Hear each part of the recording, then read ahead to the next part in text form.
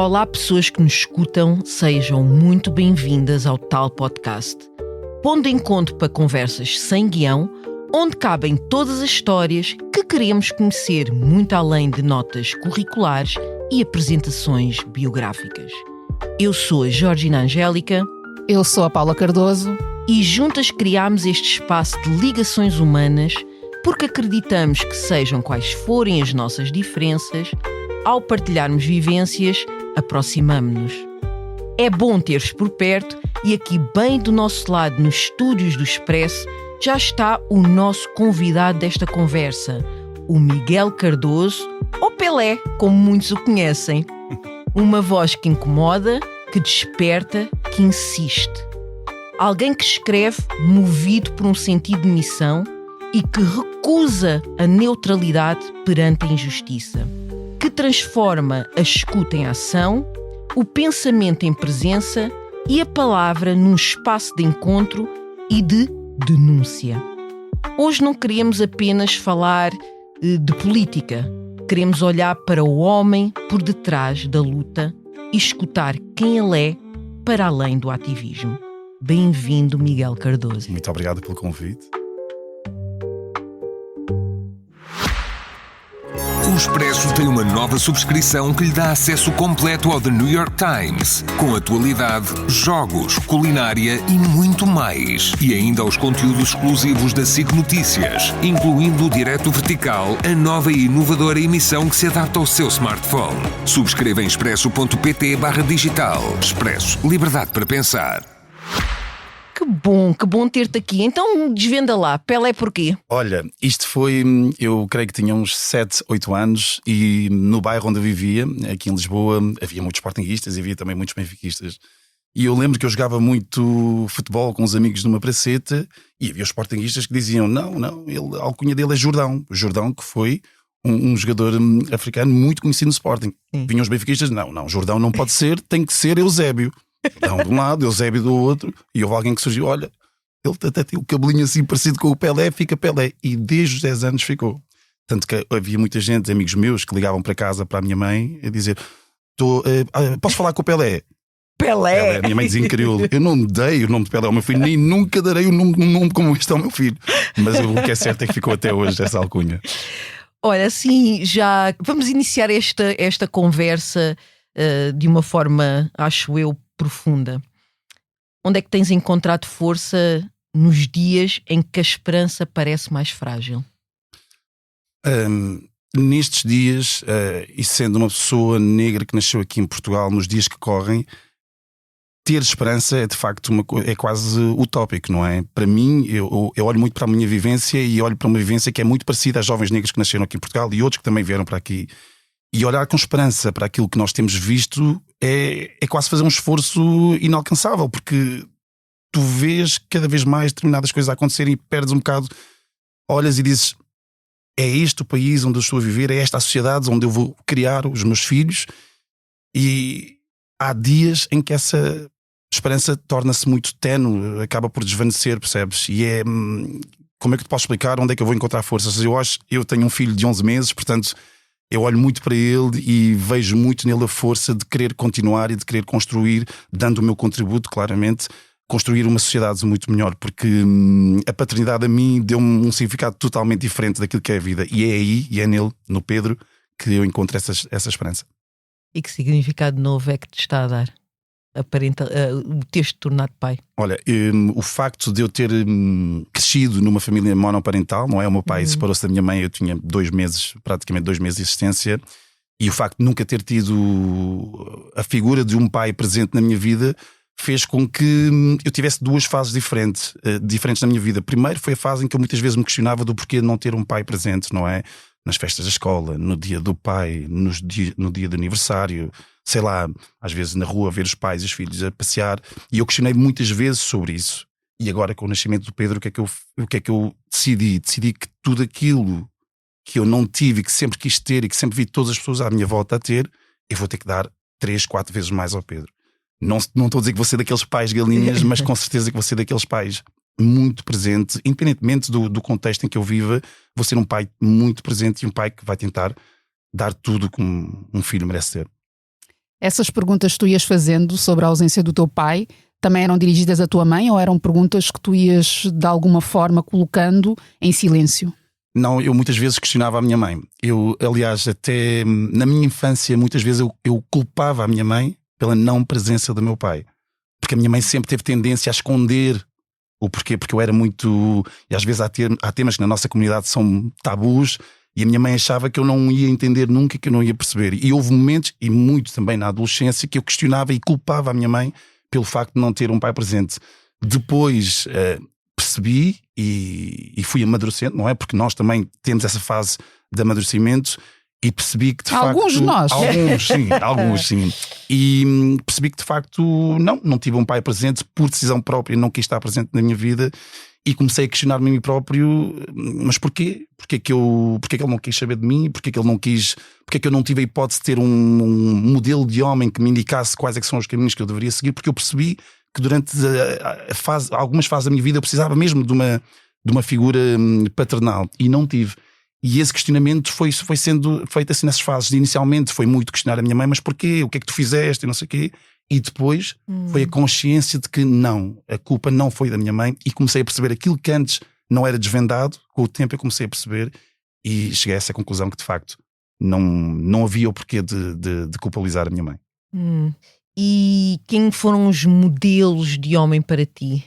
Olha, eu fui sempre focando muito nos meus irmãos mais velhos, porque nós, pronto, embora sejamos filhos de pais diferentes, e embora os meus irmãos vivam o meu irmão mais velho vive aqui em Portugal, mas o meu outro irmão vive em Roterdão, que como tu sabes tem uma grande comunidade cabo-verdiana. Muita. E eles sempre foram, apesar de não terem crescido comigo todos aqueles anos, não é? Porque eu sou o codé da família, sou o mais novo. Foste pois. E eles sempre foram aquela imagem de pai, daquilo que eu queria ser enquanto homem, enquanto ser humano, quando crescesse. Foram as tuas referências? Foram as minhas referências. A maior referência que eu tive foi obviamente a minha mãe. Claro. Mas no contexto da minha imagem masculina foram os meus irmãos, sem dúvida. E continuam a estar com essa presença marcante na tua vida? Continuam, sem dúvida. Eu olho para os meus irmãos hoje em dia e passo muitos fins de semana, às vezes, em casa do meu irmão, porque sabes que é sempre bom fazer uma cachupa, comer, ou pôr um bocado de funaná e ainda assim o meu irmão gosta daquelas músicas dos anos 80, anos 90, porque ele é muito nostálgico, como eu também, muito saudosista da música africana. Estou a ver. Sim, e com a cachupa ali bebemos e falamos sobre todas as coisas que aconteceram na nossa vida e tentamos, de certa forma, complementar aquele tempo que não crescemos juntos, não é? Complementamos agora na idade adulta e tentamos passar mais tempo juntos. E tu falaste a determinada altura, quando estavas a fazer a descrição do como é que tu olhas, não é, para estes momentos que estamos a viver, onde é que vais buscar esperança, e tu trazes uma série de episódios que viveste, não é? As experiências de um homem negro em Portugal. O que é que te foi acontecendo à medida que tu foste amadurecendo, que também te comprometeu para uma intervenção mais na linha da frente, digamos assim? Eu, como qualquer outra pessoa negra, nascida aqui ou tendo vindo para aqui pequena, nós passámos por muitas coisas aqui em Portugal, porque Portugal não é um país fácil, não é? Não é um país fácil e é um país que todos os dias nós temos, mesmo enquanto pessoas novas, nós temos aquelas microagressões que vão acontecendo, aquelas microagressões que para certas pessoas não são nada, mas quando acontecem de uma forma cotidiana vão fazendo moça. E eu de facto tive muitos episódios, eu tenho 39 anos, ao longo da minha vida tive muitos episódios, mas tive alguns episódios que me marcaram e que serviram como gatilho para eu ter uma atitude completamente diferente no que diz respeito estas questões do preconceito e do racismo. Eu posso dar um exemplo. Houve uma vez que liguei para... na altura eu estava a querer um bocado o meu espaço e liguei para um anúncio daqueles anúncios tipo o idealista de uma casa, não é? E falei com o proprietário da casa ao telefone e disse: olá, Sr. Manel, o nome fictício, Sr. Manel, gostei muito, a sua casa fica num ponto estratégico para mim, para trabalhar, etc, etc. E gostava muito de marcar uma visita consigo. E ele responde: Sr. Miguel, ótimo, em quanto tempo é que você está cá? Não sei, diga-me, posso ir daqui a meia hora, 40 minutos? Claro, venha cá, eu estou aqui, eu vou já deixar tudo preparado para ver, se gostar, fica com a casa, paga a caução, paga o depósito e dou-lhe já as chaves. E eu, claro, contente da vida, porque era uma casa numa zona que eu gosto muito, que era muito boa para mim a nível da mobilidade, do metro, não sei o quê. Quando chego ao prédio, Claro. ele abre a porta e assim que ele abre a porta, ele fica uma espécie de 4, 5 segundos assim a olhar para mim. E eu respiro fundo porque eu percebi que naqueles Claro. 4 ou 5 segundos alguma coisa se passava. Depois ele começou a dizer, olha, pode entrar, isto aqui é o quarto, isto aqui é a cozinha, isto aqui é a arrecadação, isto aqui é o pátio, etc. Mas tudo muito rápido. Sim. E eu, pronto, esse senhor deve estar com pressa, não sei o quê. Quando terminou, isto foi uma questão de 1 minuto e meio, 2 minutos a mostrar aquilo. Quando terminou, eu disse, pronto, olha, senhor Manel, eu tenho o dinheiro para o depósito, tenho o dinheiro para a calção e tenho o dinheiro para a renda, eu posso fazer uma transferência agora e eu vou já à casa buscar as minhas coisas e eu tenho um amigo meu que está no carro e peço-lhe ajuda. A casa já está apalavrada com outra pessoa. Então, mas eu falei consigo há cerca de 30, 40 minutos, o senhor disse-me que eu podia vir. Sim, mas foi uma pessoa que esteve aqui há 2 meses que entretanto se mostrou interessada. Então, mas porquê é que o senhor não me disse que havia essa hipótese? Não, mas agora não vou estar a discutir consigo, casa minha. Tudo bem. Eu naquele momento, dentro de mim, já está. Eu comecei, ainda por cima, também era uma fase pós-adolescência, ou seja, nós ainda estamos naquela luta pelo autocontrole, autodomínio. Eu saí a engolir a seco e entrei no carro desse meu amigo, o João, nunca mais me esqueço. Eu disse assim, João, vamos esperar aqui 10 minutos e liga para este número e pergunta se o apartamento ainda está disponível. Esperámos 10 minutos, esse meu amigo estava a fumar um cigarro, eu não fumo. Assim que ele acabou, ligou. Estou a falar com o senhor Manel. É sim, senhor, é o senhor que tem um T1 aqui na zona X e que está para arrendar, é que eu vi, estou muito interessado. Senhor João, venha cá, quando é que você quer vir cá? Eu vou ficar aqui a tarde inteira a fazer visitas, você pode vir aqui quando você quiser. E eu naquele momento tirei o telefone ao João e comecei a dizer coisas que não vou dizer aqui, obviamente, porque aquilo deu uma... O que é que aconteceu? Quando eu falei ao telefone, ele não percebeu qual é que era a minha cor de pele. Claro. Não é? E quando eu apareci, ele percebeu e ele agiu em conformidade com aquilo que ele pensa. Ou seja, isso foi um dos inúmeros episódios, eu podia até citar outros, mas esse é um episódio que eu nunca esqueço, porque deu uma ideia de que não adianta a formação que tu tens, o quão bem tu falas, não sei o quê, se és um jogador de futebol com muito dinheiro, não adianta nada. Porque na altura que estas micro ou grandes agressões tiverem que te acontecer, vão acontecer.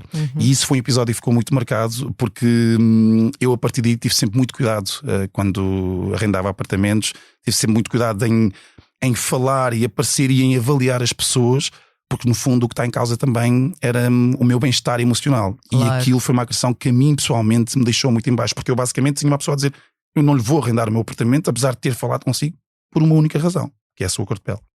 E em que momentos é que te permitiste chorar quando essas agressões aconteceram-te? Muitos. Eu choro muitas vezes sozinho. E sou uma pessoa que tem o choro fácil também. Choro muitas vezes sozinho, na medida em que eu muitas vezes quando estou sozinho penso e questiono-me sobre algumas coisas. Por exemplo, eu posso dizer que eu cresci a gostar de Portugal enquanto país, mas percebi ao longo do meu crescimento que se calhar Portugal não gosta assim tanto de mim. Se calhar Portugal aceita-me, tolera a minha presença, mas eu cresci mesmo a dizer, eu vibrava muito com os jogos da seleção nacional, eu era muito Portugal, às vezes até dizia eu sei o hino de Portugal, mas não sei o hino de Cabo Verde, e eu aprendi que esse amor que eu tinha por Portugal não era recíproco. E como é que eu descobri que isso não era recíproco? Nestas pequenas microagressões, em diferentes setores da sociedade, em diferentes momentos da minha vida, e percebi que era difícil e que tinha que chorar, porque eu não podia descarregar esta raiva sobre ninguém, não podia pegar na minha vivência e culpabilizar alguém. É assim, a sociedade foi estruturada desta forma e eu tenho que aprender a lidar com isto. E o meu choro e os meus questionamentos vinham, porquê é que eu tenho que lidar com isso? Qual é que é a diferença entre mim e aquela pessoa? E deixa-se de amar o país quando não se é correspondido? Sim. Eu não tenho nenhum rancor nem ódio em relação a Portugal, mas eu não amo Portugal. Eu respeito muito o país em si, respeito as pessoas. Portugal tem pessoas espetaculares, mas também tem muita gente muito má. Mas eu quando digo não amo o país, eu falo na questão, este patriotismo que às vezes vês outras pessoas a ter. Eu imagina, quando tu nasces num país, tu vais engolindo toda a história, toda a cultura do país, e foi nesse sentido que eu aprendi a amar Portugal. Mas eu comecei a perceber que em diferentes contextos da minha vida, em diferentes panoramas e situações em que eu estava envolvido, o país demonstrava-me a mim, seja através de pessoas individuais, seja através de entidades públicas, seja através do que é que seja, que este país não gosta de mim. E desde 2019 para cá ainda tenho percebido mais isso. Desde 2019 para cá? Para cá, sim. Conta-nos. Surgiu aí um grupo aí o que puderes contar. Sim, não. Sim, não estás a dar assim, só nós sabemos. Não vamos dar, sim, não vamos dar protagonismo. Não é. Não gosto muito de dizer nomes, mas sim, fazes bem. Percebes que nestes 5 ou 6 anos vais gradualmente percebendo que aquilo que tu achavas que estava enterrado, as tais demonstrações de que o país, se calhar, não gosta assim de ti, mas que estavam assentadas, afinal existem mesmo. Afinal é mesmo. Afinal isto existe mesmo. Afinal isto aqui está tão perto de nós. Afinal já está num dos lugares mais importantes do país, não é? E como é que nós lidamos com isto? Pois é. Percebes? E é esta parte, são estas pequenas demonstrações de...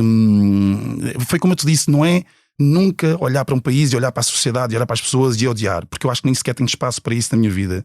Mas não amar. Isto é como numa relação. Tu muitas vezes amas muito a pessoa, dás tudo, mas percebes que a pessoa vai-te dando pimbas durante um tempo. Chega a uma altura em que esse amor esfria e acaba por deixar de existir.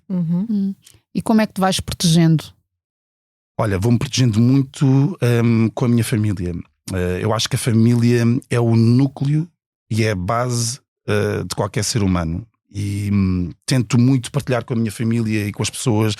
Há pessoas da minha família que gostam muito e elogiam principalmente o meu irmão mais velho. Ele sente-se muito orgulhoso por esta questão do ativismo. Há outras pessoas que já têm medo. Há pessoas da minha família que têm medo porque dizem: tem cuidado, tu viste o que aconteceu no 25 de Abril, eu não quero que vás ali, viste o que aconteceu na Rua do Bem Formoso, por favor, tem cuidado. Não te... Ou seja, um cuidado, mesmo o foco é o cuidado. Exatamente, eu deposito muito esta comunicação e esta minha confiança na minha família, mas tenho sempre esta reação. Porque há uma preocupação e eu noto na minha família, principalmente, e há muitas outras pessoas que irão notar de certeza, que há cada vez essa maior preocupação, quando antigamente... Se calhar aquilo que existia, mas não era tão visível e tão palpável como é hoje em dia. Mas no fundo é com a minha família que eu deposito sempre. Imagina, estas fases menos boas, alguns receios, porque eu também sou ser humano, também tenho receios, tenho momentos menos bons, e deposito sempre na família como uma espécie de refúgio e como uma espécie de escapatória a tudo o que acontece no mundo à minha volta. A Paula perguntou-te como é que te proteges. E eu aqui, obviamente, percebe-se até este ponto da conversa porque é que tu sentes essa necessidade de te expores e de defenderes aquilo que é justo e aquilo que deveria ser acessível a todos, mas tu sentes que esse caminhar, estavas a dizer, já não amo Portugal. Como é que se mantém uma relação, como é que se mantém o ativismo num país que já não se ama e que já não se tem tanta esperança que as coisas entretanto se vão alterar? Sim, sabes, pelo menos para já, quero eu dizer. O ativismo para mim é sinónimo de compromisso. Quando tu estás comprometido com uma causa, não há como tu pôs essa causa de lado. Eu costumo dizer que eu sempre quis dar muito este contributo, porque em resultado de tudo aquilo que eu passei na minha vida, eu achei que a algum momento da minha vida tinha que chegar-me à frente e sabia que tinha capacidades para isso, sabia que tinha essa vontade. E não é fácil, sabendo que estás num país, por exemplo, sempre que... Vou dar um exemplo que é uma coisa que e se não fosse tão grave até seria surreal. Às vezes comento uma coisa um canal de notícias, já faz um post no Instagram desse mesmo canal e eu comento lá uma coisa do género: Portugal tem que aprender, tem que andar para a frente e não retroceder. E depois a quantidade de pessoas que me vão lá mandar para a minha terra, sendo que eu nasci aqui na freguesia, eu fico sempre na dúvida se me querem mandar para Cabo Verde ou para a freguesia São Jorge de Arroios, que foi onde eu nasci. E a quantidade de pessoas que vai ali com aqueles comentários de ódio e não sei o quê, se não estás contente, estás a fazer o quê, sai daqui, não sei o quê, não sei o que mais. E isto, para responder à tua pergunta, o ativismo para mim é compromisso. Eu tenho um filho, eu quero um futuro melhor para o meu filho. Eu tenho certeza que toda a gente aqui em Portugal quer melhor, independentemente da sua origem, da sua nacionalidade, seja imigrante ou não, todos querem o melhor para os seus filhos. E eu sei que a única forma dos meus filhos, dos meus netos, dos meus sobrinhos e de toda a gente dentro deste contexto ter uma vida melhor é nós, cada um de nós, dar um contributo significativo a esta luta. Porque é uma luta que, como nós podemos constatar, não é um dado adquirido. Não, ou seja, por não ser um dado adquirido, é que é importantíssimo para nós estarmos sistematicamente a fazer com que a nossa voz seja ouvida e termos este nível de compromisso. Não estou a dizer que todos os dias temos de estar a falar do mesmo tema, mas nós temos que ter totalmente noção de que, se pusermos de lado esta questão do compromisso com o antirracismo, estes fantasmas, que antes eram fantasmas e que agora são pessoas, vão cada vez mais ganhar mais força. Porque se não houvesse este ativismo que nós temos, mulheres, homens, tudo, se não houvesse este ativismo, provavelmente aquilo que nós estamos a presenciar hoje em dia teria muito mais força, percebes? E portanto é que nesse aspecto eu acho que é importante manter sempre este nível de compromisso com a luta que nós fazemos.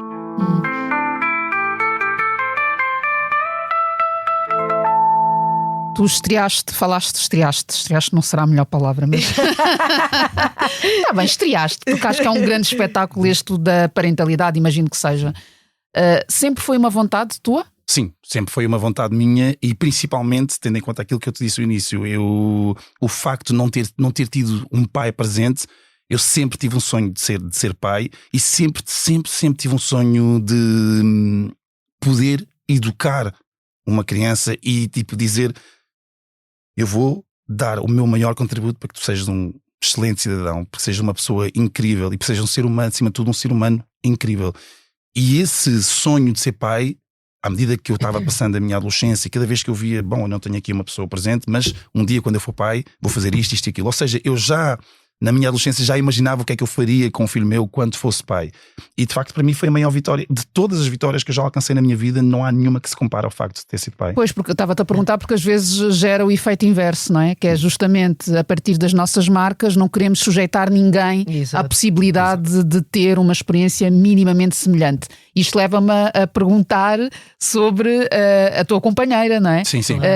Que também é uma escolha que, imagino eu, tenha sido bastante intencional no sentido de, ok, eu vou começar uma família, mas sei que estou a começar uma família com esta pessoa, com estes valores e que compreende também as minhas dores. Portanto, tu tens uma companheira que é cabo-verdiana também? Exatamente, ou que é sim, descendente de cabo-verdianos? Que é filha de uma cabo-verdiana da Ilha do Fogo e o pai é do Porto.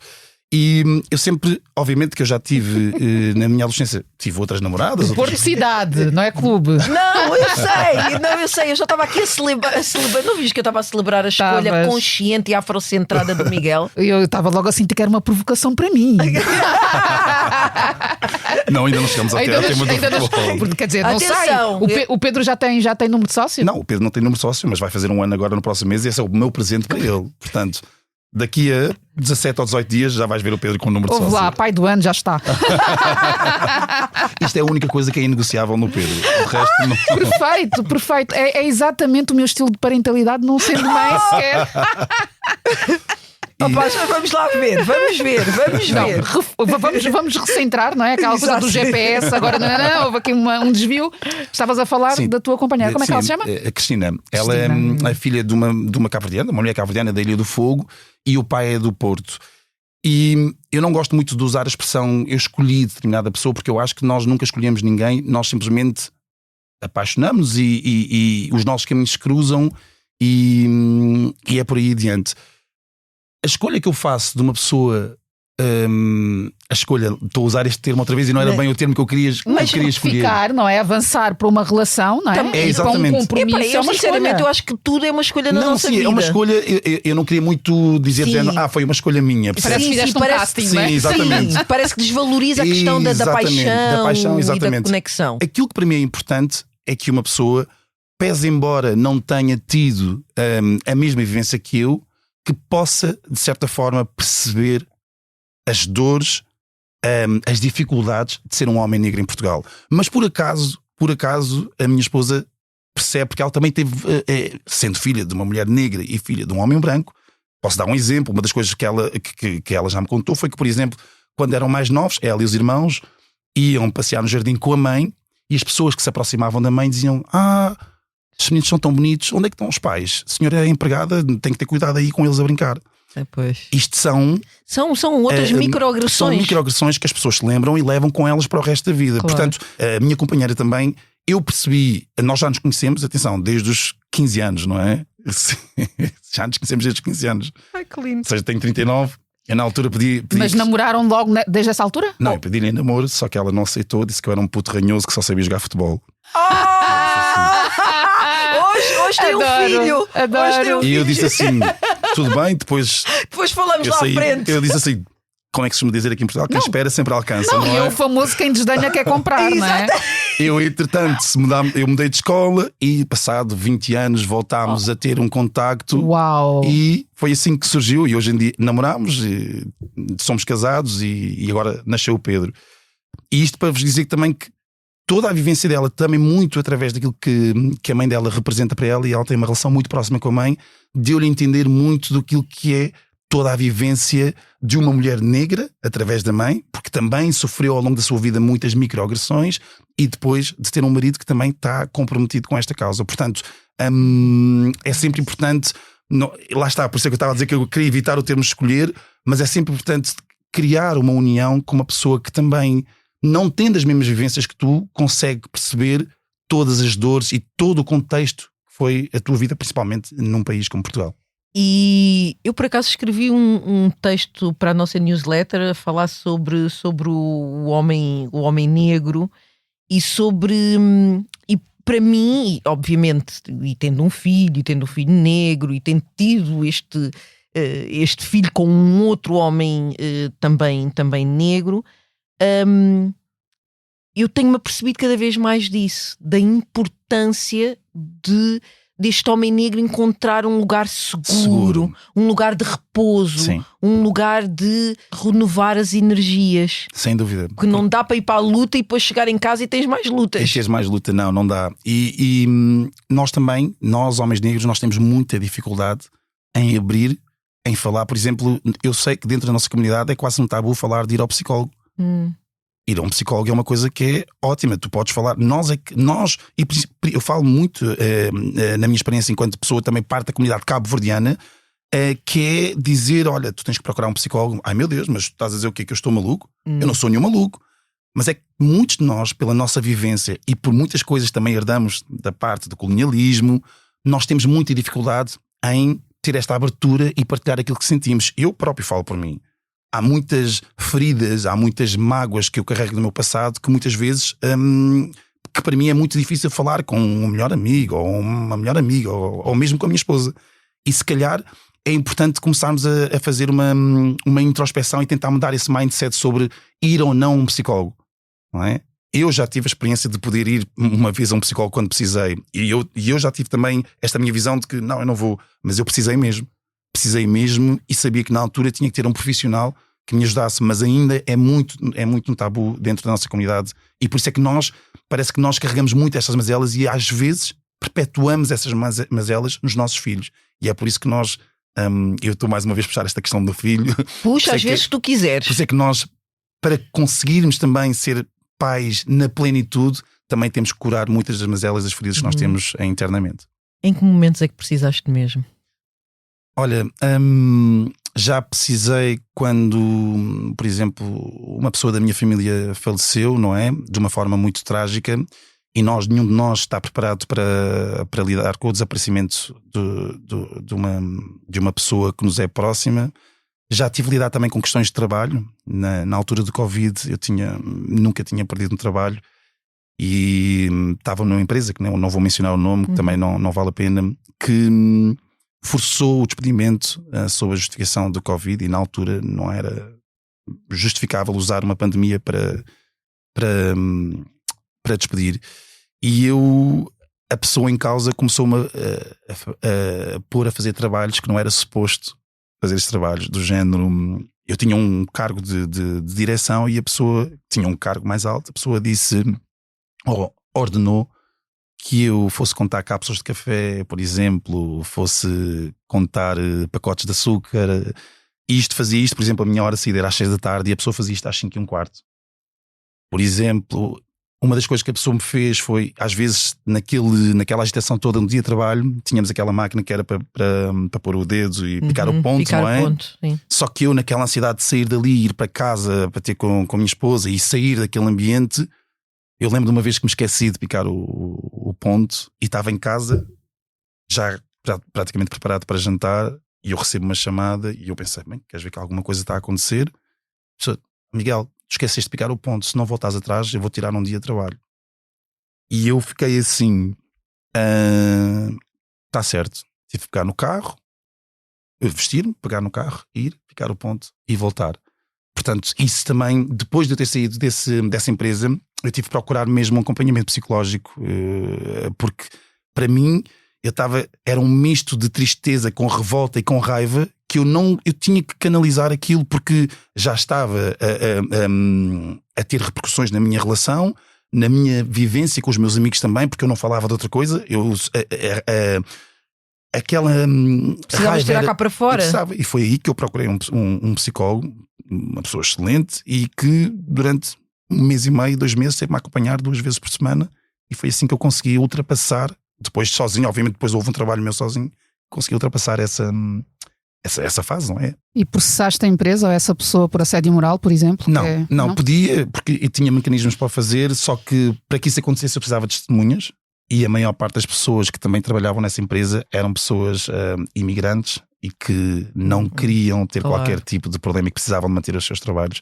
Eu lembro perfeitamente que eu perguntei, olha, vou usar o nome fictício, Maria, tu viste o que aconteceu? Ela eu vi Miguel, é inacreditável o que ela fez, é inacreditável esta mulher. E eu disse, olha, tu podes, eu vou à ACT e vou entrar com uma queixa-crime, tu podes ser minha testemunha.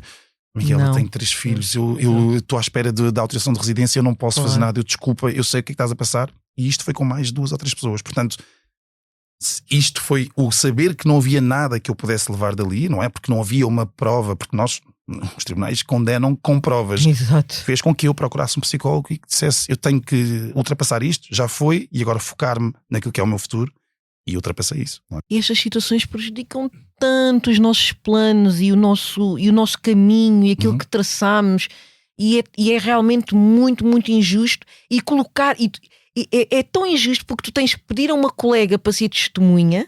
Esta colega com certeza sentiu o peso do género, eu quero fazer alguma coisa, mas não posso porque eu tenho que proteger a minha própria família. Exatamente. Quer dizer, nenhum dos dois deveria estar nessa posição. E somos colocados nessa posição. E eu acredito, piamente, que ela me quisesse ajudar, porque ela viu, ficou indignada.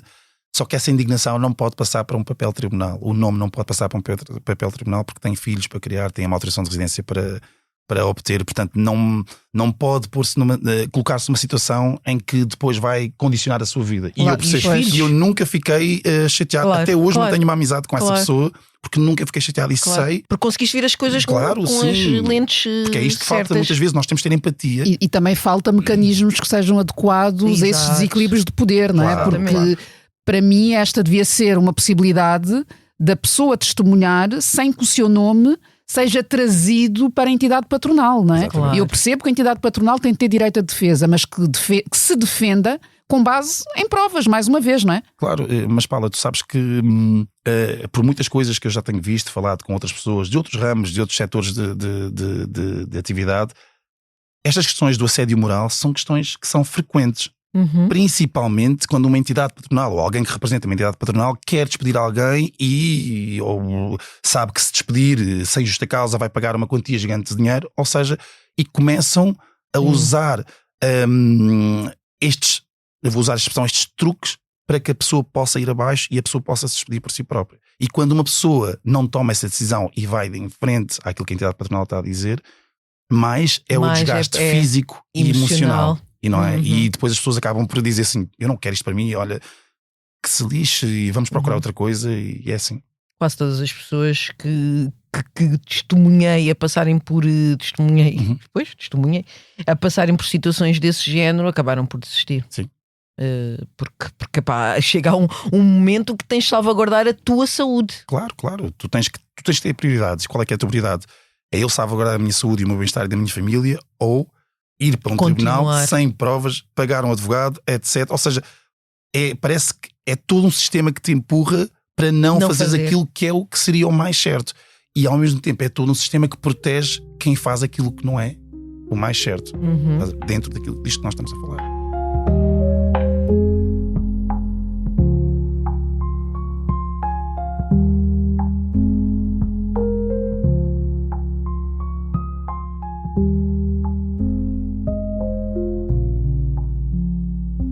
E como é que tu sais deste sistema e apareces no videoclipe da Pérola? Eu faço logo aqui uma transição para aligerar logo aqui o Eu digo tom. de passagem, gosto muito da música, mas não tinha reparado que eras tu que estavas no vídeo. Foi na pesquisa agora. Eu gosto muito da música e gosto muito da Pérola. Eu sempre tive esta noção de que as pessoas do mundo da música e das pessoas assim muito conhecidas, que eram um bocadinho nariz empinado e não sei o quê, e eu tive a prova viva de que a Pérola não é assim. Aliás, eu já fiz outros videoclipes com outros cantores, mas aquele que eu sempre, não sei se foi o primeiro, mas aquele que eu mais gostei de fazer foi com a Pérola. Não só porque eu estava muito nervoso e ela dizia assim: Miguel, respira, que estou. E eu assim parecia Respira, eu sou só uma diva que está aqui, pronto, vá. Mas foi uma pessoa incrível. A forma como eu entrei no videoclipe foi a pessoa que trabalha com ela, que trabalha a nível do vestuário, etc. Contactou-me, viram as minhas fotografias, a Pérola disse que sim, e depois eu fui lá e fizemos, e para mim era a primeira experiência, porque eu nunca fui modelo, nem nunca trabalhei como modelo, nem nada disso, e eu sempre achei que esse tipo de trabalhos era só para modelos, de agências e não sei o que, não sei o que mais, e por acaso eu gostei de fazer, e para mim foi uma experiência, porque eu acho que eu dei um contributo muito pequenino, mas para aquilo que é a cultura angolana e africana, percebes? E isso para mim eu senti-me, estou aqui com a Pérola. Depois o meu irmão mais velho, que muitas vezes perguntou-me: então, que a tua mulher não está a ouvir? Como é que foi trabalhar? Olha que está gravado, assim, está sim, mas o meu irmão que se entenda com a minha mulher não é comigo. Eu só disse assim: eu não sei de nada. Vê o resto do videoclipe e tu já vais tirar as tuas conclusões. Não, isto É que a Pérola é uma referência, não é? A Pérola é uma referência. Então não, sem dúvida. Então não estive lá em Luanda num concerto e tinha todos os homens à minha volta, cunhados, não sei o quê, não sei o que mais, tudo. Vamos tirar uma foto com a Pérola. Mas para tu encarares isto com muita leveza, quando és a mulher, é porque há muita conversa, há muita confiança na relação. Claro, porque senão tu não estarias a dizer isto, tipo, olha, nem a partilhar que foi o teu irmão. Não, mas claro, até porque isso é muito bonito. A minha mulher tem uma grande relação com o meu irmão, e ele é, o meu irmão mais velho é tipo a pessoa cómica da família, que goza com toda a gente, não é? Há sempre aquela pessoa cómica na família, e no caso da minha família é o meu irmão mais velho. E de facto ele desde que me viu no videoclipe, ele ficou ali com uma alucinação com a Pérola. Eu disse-lhe assim: se quiseres, tu não usas Instagram, pois não, já és velhinho. Eu disse: mas se quiseres, eu tento pedir à Pérola o contacto. Velhinho? Quantos anos é que tem o teu irmão mais velho? Qual velhinho é que ele é? Tem 50. Não, eu disse velhinho a gozar com ele, não é? Não, é porque estavas as duas aqui a pensar: o que é velhinho para Vê lá o que é que vais responder. Não. Então, velhinho já está nos 60 e. Pronto. Não, mas mesmo assim, não é velhinho. Mas atenção, eu digo velhinho a gozar com ele, não é? Claro. Só para dizer: lá, tu já não tens idade para essas não coisas. Não queremos cá idadismos. Não, isso é um idadismo. Porque há sempre idade para tudo. Ontem estava a falar com uma senhora de 70 e tal anos, e ela dizia-me coisas, e eu assim, realmente nunca é tarde para se procurar o melhor para a nossa vida. Sem dúvida. Mas e como é que se concilia agora esta nova aventura de aparecer em videoclipes e de ser modelo, ativismo, parentalidade? Imagina, como é que se concilia isso tudo agora? Imagina, eu agora não tenho feito muitos trabalhos, porque eu acho que aquilo foi eu não vou dizer que foi uma altura pontual, porque se me convidassem, já me convidaram para outras músicas e outros estilos de músicas que eu não gosto muito, e eu recusei. Eu acho que quando são coisas que me podem trazer, como é que eu ia dizer, uma experiência nova, de conviver com pessoas novas, que foi exatamente o que aconteceu com a Pérola. Já tinha ouvido músicas da Pérola, sempre gosto muito de música africana, já tinha ouvido, mas nunca tinha tido a oportunidade, e nunca na minha vida eu ia imaginar que eu iria fazer um videoclipe com a Pérola. Dá para conciliar, porque para mim, acima de tudo, a questão do ativismo está em primeiro lugar, não é? Eu não vou trocar um videoclipe com uma manifestação, por exemplo, se eu tiver que fazer uma manifestação, porque há coisas que para mim trazem um benefício a longo prazo, e o ativismo para mim é uma coisa que, para mim, aquilo que eu quero é que traga benefícios a longo prazo, no momento, mas também a longo prazo. Quando eu digo a longo prazo, é para as gerações futuras. Os videoclipes são coisas que, se aparece, eu não trabalho aos fins de semana, se aparecer e se eu não houver nada para fazer, podes contar comigo, estás a perceber? E é muito isto, é muito saber conciliar as coisas. A questão da paternidade, para mim, o ativismo, atenção, eu estava a dizer que o ativismo é importante, mas para mim, eu nem sequer ponho a paternidade nessa equação, porque para mim, desde que o Pedro nasceu, ele tem sido, sem dúvida, a parte mais importante e a parte mais significativa da minha vida. Portanto, o trabalho com música e videoclipes fica sempre. Se tiver uma proposta boa. Um extra. É um extra, mas que nem falo da parte financeira, falo da parte também de poder conviver com pessoas. Não é isso que eu estou-me a referir. Sim, e de conviver com pessoas e estar com pessoas, mas sem dúvida que esta questão, a luta antirracista e a paternidade ocupam lugares que são demasiado importantes para sequer pôr num contexto com outra coisa qualquer. Ainda aqui na questão do ativismo, o que é que... Como é que eu vou colocar esta pergunta? O que é que tu sentes que é preciso reformular na forma como se faz ativismo hoje em dia? Eu acho que para mim há dois tipos de ativistas, não é? E eu valorizo, eu tenho muitos nomes de pessoas que eu sei que estão muito comprometidas com esta causa, mas para mim há dois tipos de ativismo. Um é aquele ativismo mais nas redes sociais e isso, e o outro é daquelas pessoas que vão para a rua. Eu não tenho nada contra as pessoas que fazem o ativismo na rede social, porque eu acho que até as redes sociais hoje em dia são um mecanismo que nós temos para dar voz e espalhar aquilo que nós pensamos e fazer de certa forma um pressing em quem temos que fazer para que algumas coisas boas possam acontecer para a nossa comunidade. Mas eu valorizo muito o ativismo no terreno. Eu posso dar um exemplo muito recente. Eu agora estive a ver, e com uma mágoa muito grande no coração, esta questão dos despejos ali em Loures, e eu vi ali pessoas tu vês 40 ou 50 polícias de intervenção à tua frente e tens famílias com bebés e tu estás ali e mantens e dizes não vão mandar, mesmo tu sabendo que a probabilidade de mandarem as casas abaixo é muito grande, mas estás ali e tentas lutar para dar um significado à vida daquelas pessoas, mesmo que tu tenhas a tua casa muito confortável, mas estás ali a mostrar àquelas pessoas. Eu não vou permitir que o Estado, porque é o Estado, te deixe sem casa. E eu valorizo muito estas pessoas e conheço muitas e vou sempre usar estas pessoas, homens e mulheres, como minhas referências, porque eu sei que existe muita...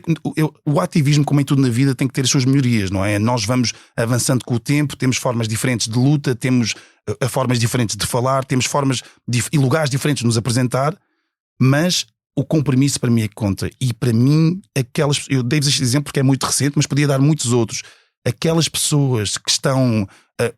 posso dar mais um exemplo, quando foi a questão daquela menina Maria Luemba, agora há pouco tempo, as pessoas num dia de sol, estavam para aí 40 graus, metade do país estava na praia, estava ali toda a gente, não é? Ou seja, há muitas formas de fazer ativismo, mas eu pessoalmente, eu não posso falar por todos, mas eu pessoalmente valorizo muito quem vai para a rua. Quem vai para a rua, porque quem vai para a rua não está só apenas debaixo do olho da comunicação social, mas está também debaixo do olho de outras pessoas que provavelmente não gostam muito daquilo. Ou seja, é uma exposição pública muito grande, que exposição essa que pode ter a sua parte positiva, porque as pessoas veem, olha, de facto eles estão ali a lutar por aquilo que querem, mas também pode ter uma exposição negativa, porque há pessoas que veem, tiram fotografias, depois tomam notas, depois fazem vídeos e depois, enfim, já sabemos que há muitas pessoas, como eu vos disse, com um espírito muito negativo. E tu nunca tiveste receio desse tipo de represálias na tua própria vida profissional? Não, já tive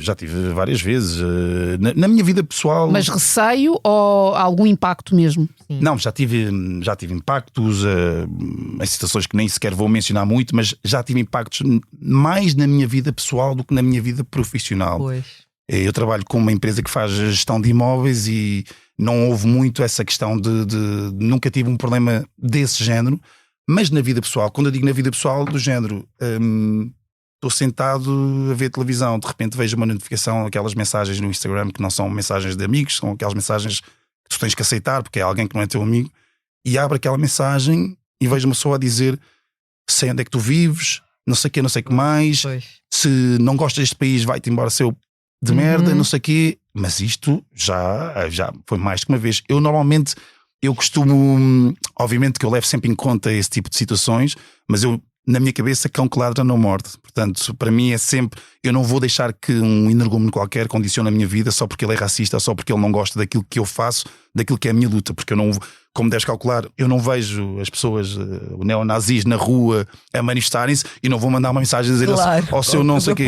Quer dizer, isso para mim não faz sentido, não é? Claro. Mas eu tento sempre fazer obviamente, agora enquanto pai tenho o triplo do cuidado com certas coisas, mas não vou nunca deixar de me assumir enquanto pessoa, enquanto ser humano, em prol daquilo em que eu acredito, em prol daquilo que são as minhas convicções.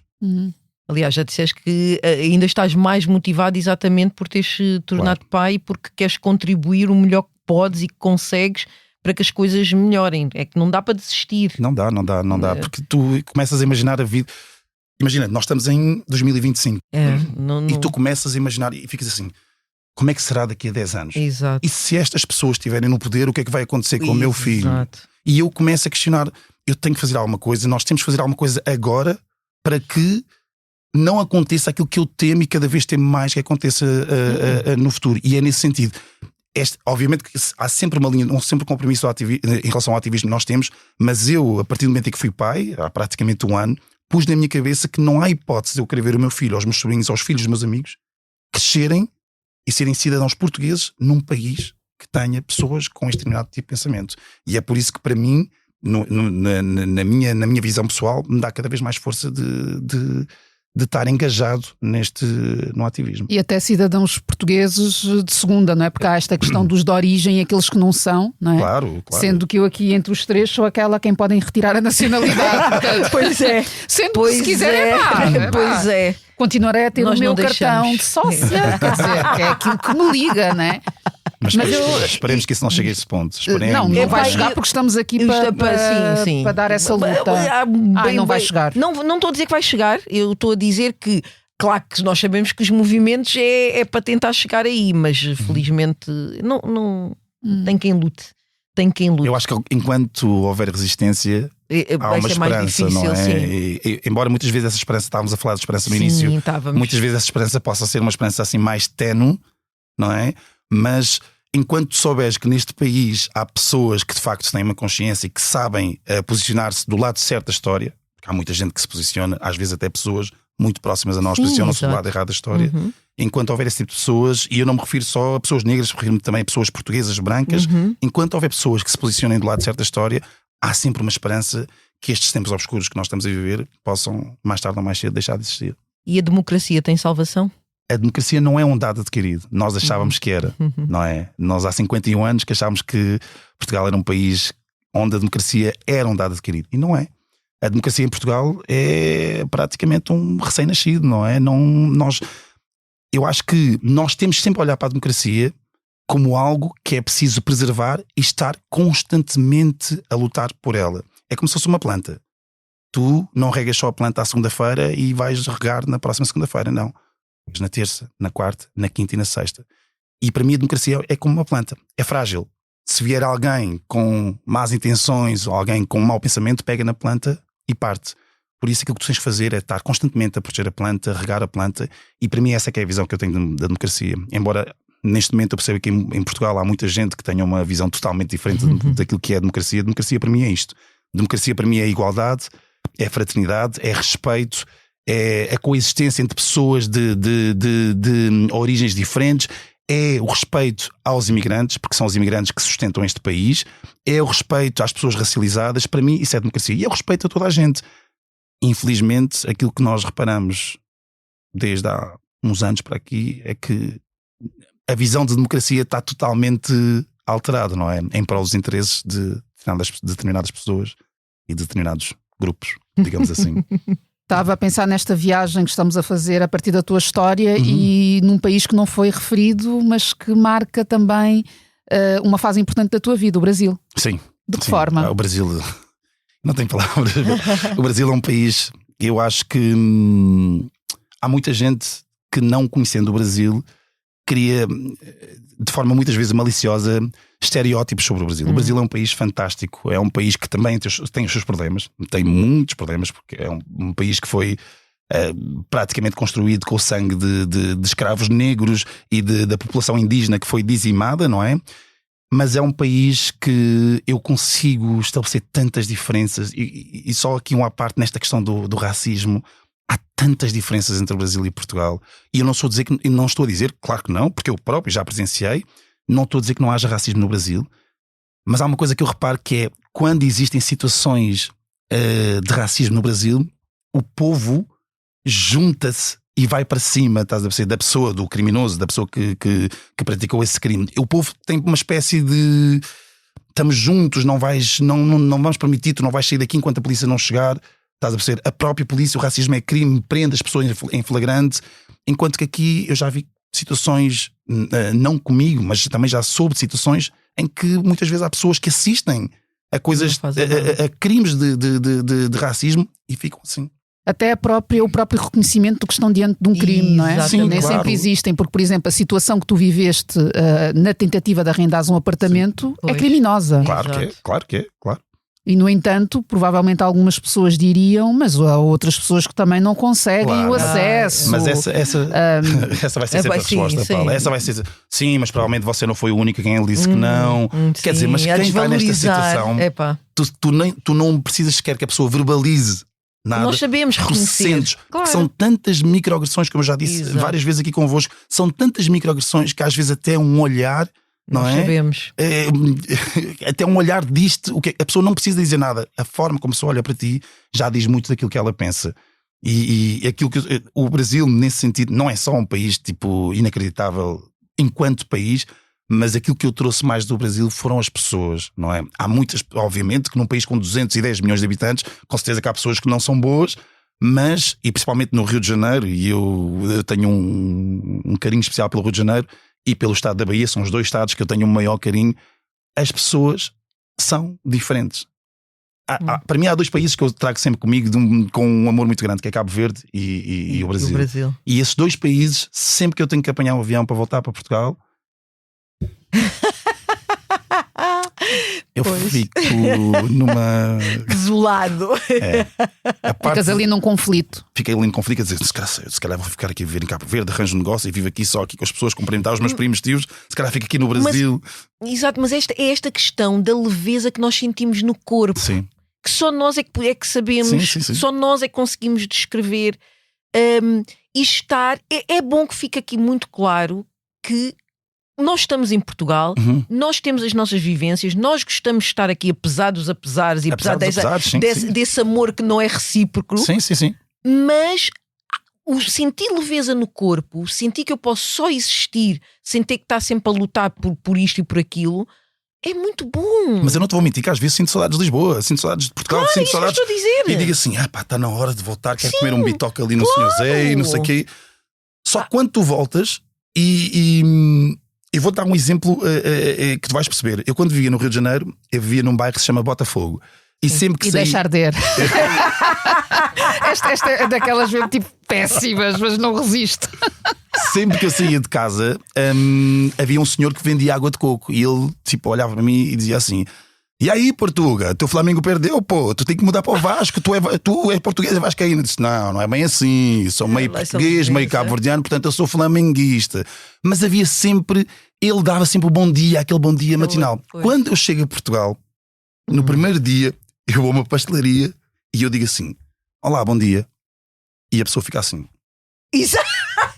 Não, a falta de resposta é uma coisa. Eu fico assim, bom dia. O que é que deseja? Exato. Lá está. Eu quero um café cheio e um pastel de nata, só favor. Só que eu comecei assim, como é que é possível? Eu estive num país, eu agora estou a reaprender a viver no país onde eu nasci. E reaprender. Atenção, eu não estou a dizer que no Brasil é tudo as mil maravilhas, mas há são estas pequenas coisas que depois deixam de pensar assim, se calhar estava melhor lá. Se calhar ali eu tinha sempre aquele bom dia. Tu és português, tu és de onde? Tu és cabo-verdiano, já ouvi muito falar do Arquipélago. É mais ou menos parecido com o Brasil. E chegas o primeiro dia a Portugal, dizes bom dia, não dizem bom dia. Obviamente que isto não acontece todos os dias, obviamente isto não acontece em todos os lugares, mas muitas vezes acontece. E eu, por acaso, a primeira vez que aconteceu, eu disse assim: é melhor comprar o bilhete. É o Portugal, apesar dos pesares, sim. Apesar dos apesares, sim. E esta coisa do... Eu lembro-me, por exemplo, de uma situação, agora estás-me a fazer lembrar dessa situação, em que estamos no autocarro e há um motorista que faz uma manobra, vocês não estão bem a ver o que é que aquilo foi. Porque ele apanhou, claramente era alguém que estava a começar, e foi por uma rua que não era permitida, em Lisboa. Portanto, estão a ver as ruas estreitas e tudo mais. E ele depois, quando se apercebe que estava em sentido proibido, Sim. começa a tentar fazer a manobra para sair dali. Só que aquilo era tipo estreitíssimo. Eu não tenho carta, portanto não faço ideia como é que ele fez aquilo, mas eu só consigo dizer que era tipo missão impossível.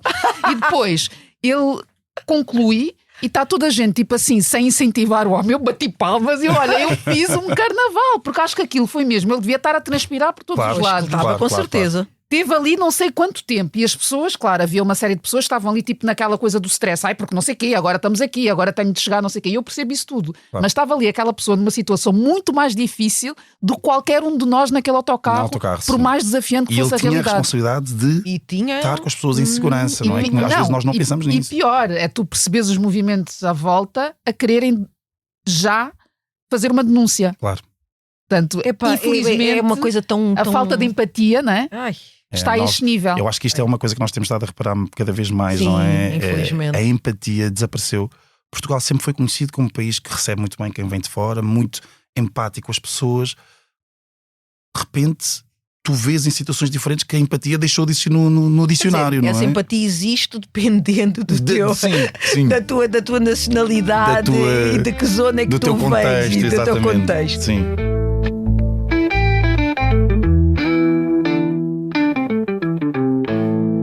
Bem, olha Miguel, que gosto esta conversa. Foi espetacular. Eu por mim ficava aqui mais 2 horas, mas eu sei que temos que ir para casa. Eu também. Fica para uma próxima vez. Sim, exatamente. Tirando, obviamente, aqui o teu Pedro, o que é que ainda te comove? Assim, uma resposta o mais sucinta que tu conseguires. O que é que ainda me comove, mas dizes assim numa parte mais triste? Mais... Não. O que é que te faz chorar de alegria? Tirando quando o Benfica ganha, jogo. Pronto. Não. A Paula a celebrar, claro. Olha, o que me faz chorar de alegria, o que me faz ficar contente é cada vez ver mais pessoas negras e racializadas a ocupar lugar de destaque na sociedade portuguesa. Isso faz-me ficar muito contente porque eu venho nasci nos anos 80, sou de 86, e grande parte da minha vida não via nada, era tudo uma utopia para mim.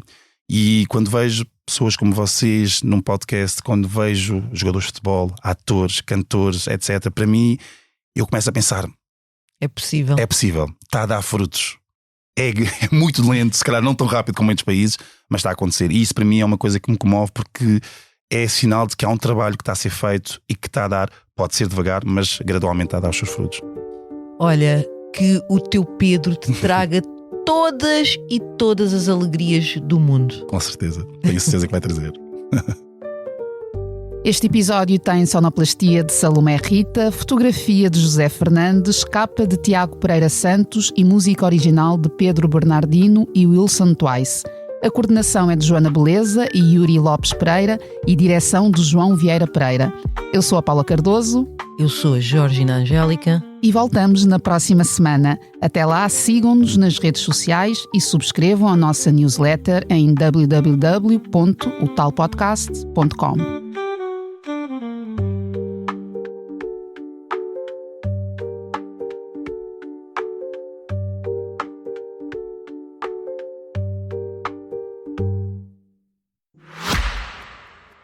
O Expresso tem uma nova subscrição que lhe dá acesso completo ao The New York Times, com atualidade, jogos, culinária e muito mais. E ainda aos conteúdos exclusivos da SIC Notícias, incluindo o Direto Vertical, a nova e inovadora emissão que se adapta ao seu smartphone. Subscreva em expresso.pt/digital. Expresso. Liberdade para pensar.